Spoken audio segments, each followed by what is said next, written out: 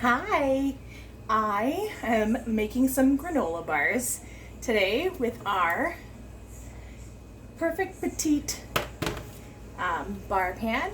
So I thought I'd invite you guys along as I did some prep for some back to school stuff. So I found a recipe.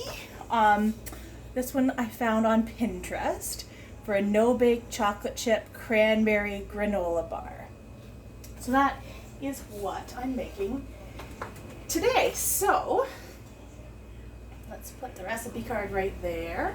So we need, in a saucepan, a medium saucepan, to mix the brown sugar, coconut oil, and honey. Now, I don't have any coconut oil, so I'm going to use avocado oil. So I'll just get my measuring cup right here. And so we need a quarter of a cup of oil.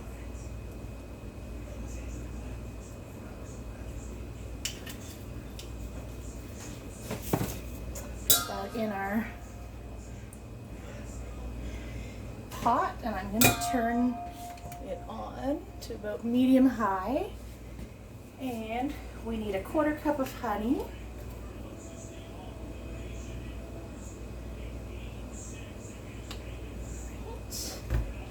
and for mixing I'm going to use our 3-in-1 spatula.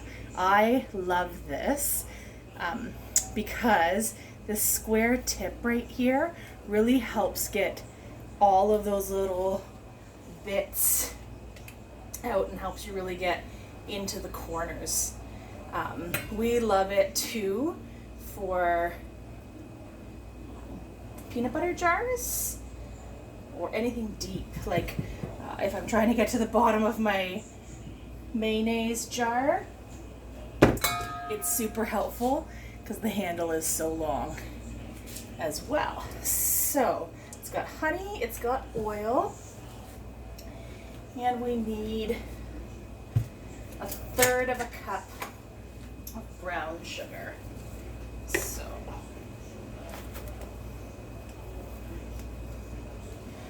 all right, set that aside and mix it together. So we want to bring this to a boil. So while that's happening, I'll tell you a little bit more about this 3-in-1 spatula. So it's made with our food grade silicone, like all our other utensilware, and so it's dishwasher safe. We have like 3 of them, and it's got steel inside, so it's got a nice sturdy handle as well.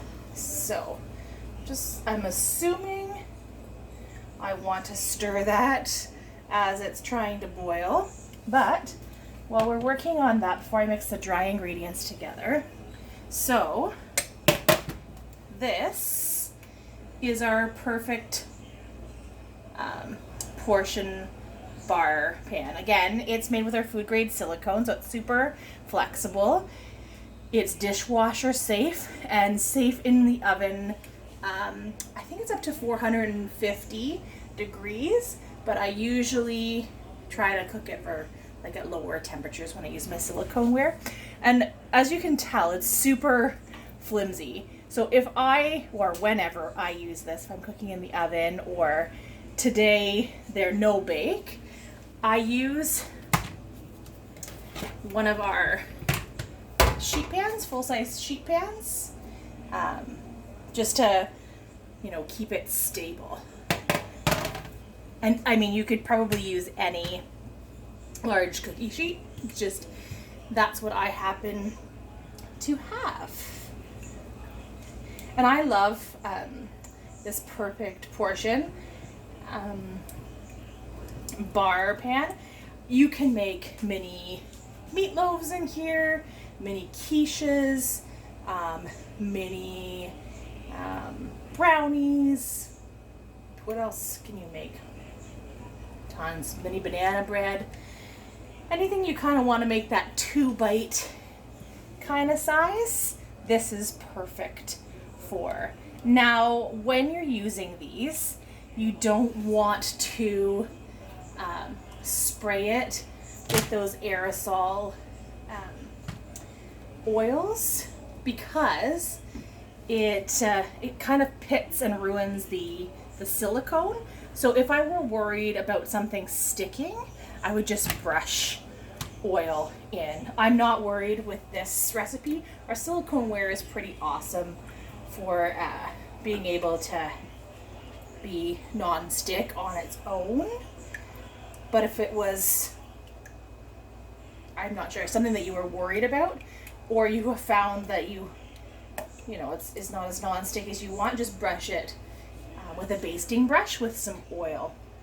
So, while that's coming to a boil, in my large bowl here, we need to mix our dry ingredients. So we need some oats.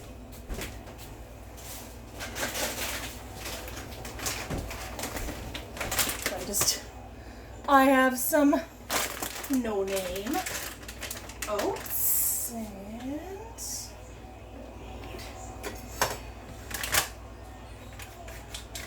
I need some kitchen scissors. That's what I need, but I will use my knife. So I need 3 cups of quick oats. So get my 1 cup measure here. Do 1, 2, 3 cups of quick oats.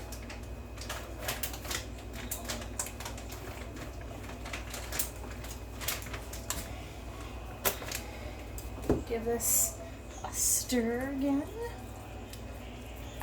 So 3 cups of quick oats. We need a 1/2 cup of chocolate chips. So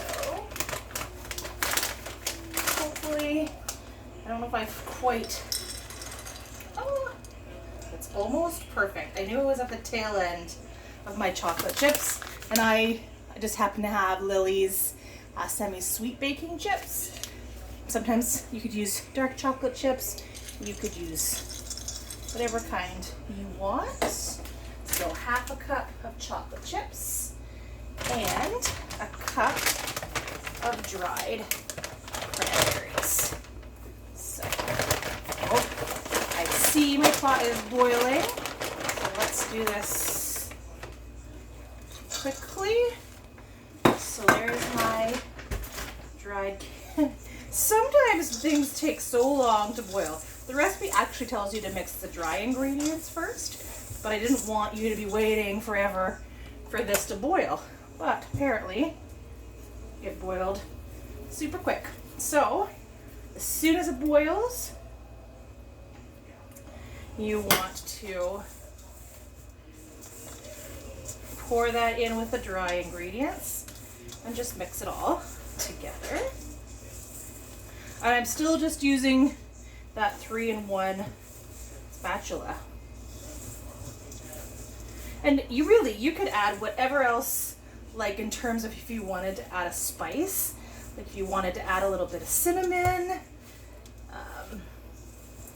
or apple pie spice. Really, you could kind of doctor it up, or gingerbread spice to change things up. I'm just gonna follow the recipe today, but that might be yummy. Maybe, you know, at Christmas time, putting some of the gingerbread spice in, or a little bit later in the fall, using some pumpkin spice. So I think we've got that all combined. So what I'm gonna do is I'm gonna take our perfect portion bar pan here, and I'm once again gonna use our 3-in-1 scoop and just press it down into each little spot. So it's gonna make some nice little 2-bite granola bars. And what I loved about this recipe, because I found some delicious ones too that used nut butters, but I'm a teacher, and so I wanted to make these little granola bars so that they'd be safe for school. So I chose a recipe that didn't have any nut butter, but there are tons. There's some really yummy looking ones if you just go on the Epicure website. But like I said, I just searched Epicure granola bars or Perfect Petite Pan granola bars, and this popped right up. So what you want to do too is make sure you're using the back of whatever you're using. Again, I'm just using this 3-in-1 spatula, and you're really pushing it down into each section to form those granola bars. And that is pretty much it. All you have to do now is